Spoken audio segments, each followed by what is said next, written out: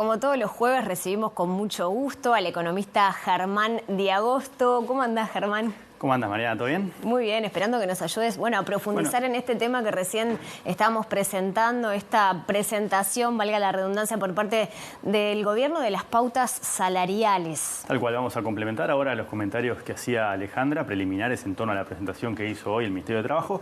Y acá tenemos de alguna manera lo que es relevante para lo que vamos a discutir, que es dónde estamos en términos del salario real del sector privado, que es justamente el que nos ocupa, dada la presentación de estos lineamientos.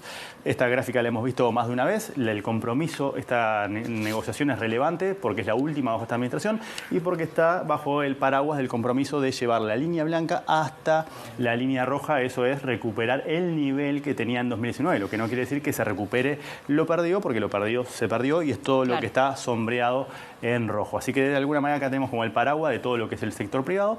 Y ahora vamos a hacer un repaso en función del informe que presentó el Cuesta Duarte de cuál es la situación por mesas en torno a la distancia que debería recorrer para recomponer ese o para cumplir ese compromiso. Así que vamos a la siguiente placa y vamos a entrar... En otras palabras, perdón, Germán, por rubros, podemos decir, ¿no? Por sectores de trabajo. Claro, por mesas que de alguna manera recogen distintos ramas de sectores. Acá, por ejemplo, lo que vamos a analizar es en total esta ronda involucra 164 mesas y eso quiere decir que abarca a 660.000 trabajadores. Y acá lo que vamos a hacer es repasar renglón por renglón la desagregación de esos 600.000 trabajadores o de esas 164 mesas de negociación. ¿Sí? Por ejemplo, tenemos que hay 17 mesas, es decir, hay 35.000 trabajadores, que son los que pertenecen a estas mesas, que tienen por recuperar más del 2,6%. Ese fue el criterio que utilizó el Cuesta Duarte para ordenar la situación al día de hoy. ¿Por qué 2,6%? Porque eso surge de hacer el 4,2% perdido durante la octava ronda, que fue la ronda puente, ¿sí? Y la recuperación del 1,6% que estaba prevista para la novena ronda, que es la que está acumulando en el marco de los lineamientos previos. Por eso es que tomamos como referencia el 2,6%, ¿sí? En función de lo que hizo justamente el Cuesta Duarte. Así que hay 17 mesas que renegocian ahora, que involucran a 35.000 trabajadores, donde la recuperación es mayor a 2,6%. Bien, ¿sí? Pero hay otras realidades, digamos, también en el ámbito de los trabajadores. Totalmente. Acá estamos simplemente repasando 17 mesas de 164. Acá le agregamos 69 mesas más, o sea, 220.000 trabajadores más que perdieron en torno del 2,6%. Por ejemplo, vos lo pensabas en sectores. Acá tenemos sectores vinculados a la industria manufacturera, sectores vinculados al comercio, a servicios y parte de la actividad rural que de alguna manera justo perdió 4,3 durante la ronda puente y tuvo una recuperación en la novena que no compensó lo que se perdió. ¿Sí? ¿Y qué pasa con los que menos han perdido?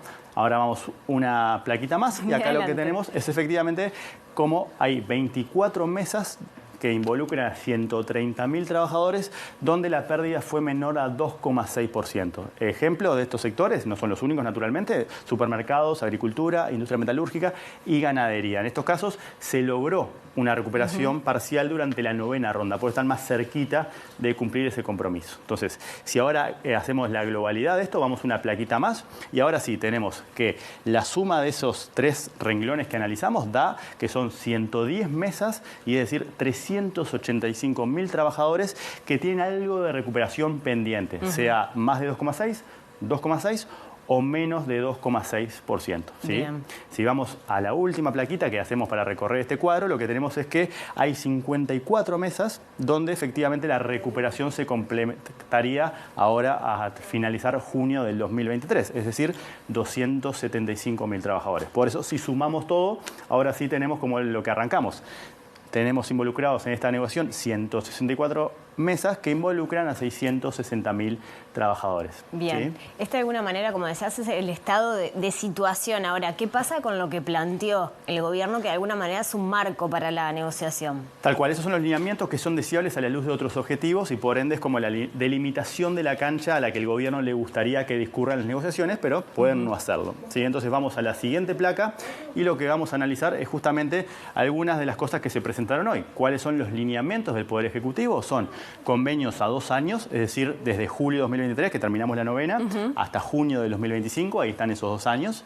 Tenemos ajustes cada 6 meses, ¿sí? Va a haber ajustes que recojan la inflación proyectada para ese periodo y además un componente de esa recuperación pendiente, ¿sí? Que va a ser en 3 cuotas.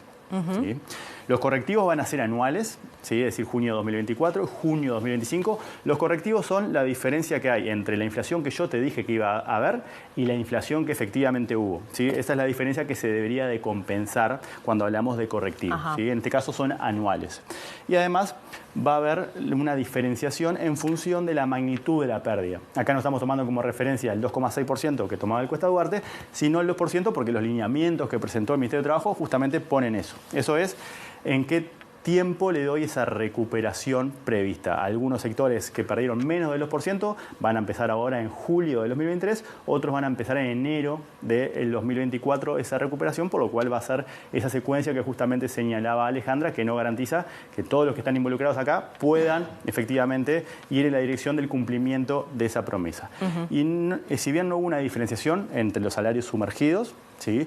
Lo que se invitó en la parte de los lineamientos es a que las mesas de discusión se terminen autoclasificando entre lo que llaman sectores transables, es decir, sectores que están expuestos a la competencia internacional, y sectores que son no transables, es decir, que dependen del mercado doméstico. Eso es un criterio que puso sobre la mesa el Ministerio de Trabajo, que se discutirá justamente la semana que viene y será parte de la discusión que tengamos.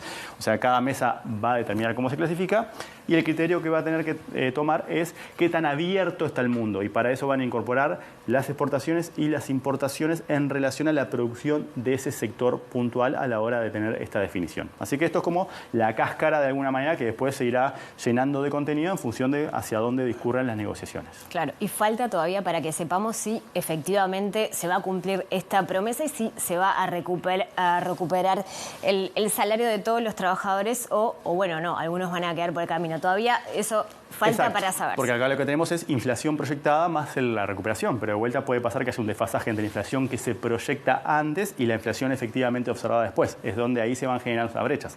Así que eso todavía no sabemos porque no sabemos cuál es esa inflación proyectada oficial. Muy bien, te agradecemos.